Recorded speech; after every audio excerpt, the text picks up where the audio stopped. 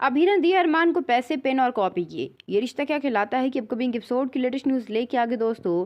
जब सुबह सुबह अभीरा कान में ईयरबड्स लगा के एक हाथ में किताब लेके और एक हाथ में पाइप लेके पौधों को पानी दे रही होती है। जब अरमान ही देखता है तो कहता है कि ये लड़की भी ना एक साथ तीन तीन काम कर रही है। ऐसे में तो ये एग्जाम में आंसर नहीं बल्कि गाने लिख के आएगी। अरमान जब अभीरा के पास जाता है तो कहता है कि तुम्हें क्या कर रही हो, एक साथ एक ही काम करो ना अभीरा। अगर पढ़ रही हो तो फिर पढ़ाई कर लो, तुम एक साथ गार्डनिंग भी कर लोगी, गाने भी सुन रही हो।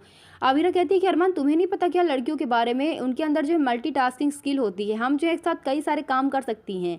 अरमान कहता है चलो अब बकवास बंद करो और तुम जो मेरी डायरी से पेजेस वगैरह निकालती हो ना और मेरी डायरी की तुम खत्म कर रही हो, इससे अच्छा तुम ये ले ही लो, मैं तुम्हारे लिए नई डायरी और पेन लेके आया हूँ।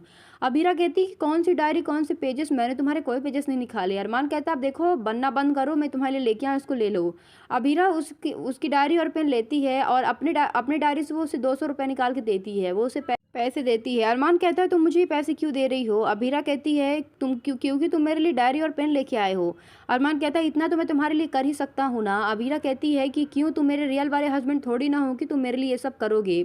अरमान कहता है कि अबीरा देखो तुम मेरी जिम्मेदारी हो, इसलिए प्लीज़ ऐसे मत कहो। अबीरा कहती है कि अरमान प्लीज़ तुम ये प्रिटेंड करना बंद करो और झूठ बोलना बंद करो, मैं तुम्हारी कोई जिम्मेदारी नहीं बल्कि तुम पर बोझ हूँ और ये बात मैं जानती हूँ।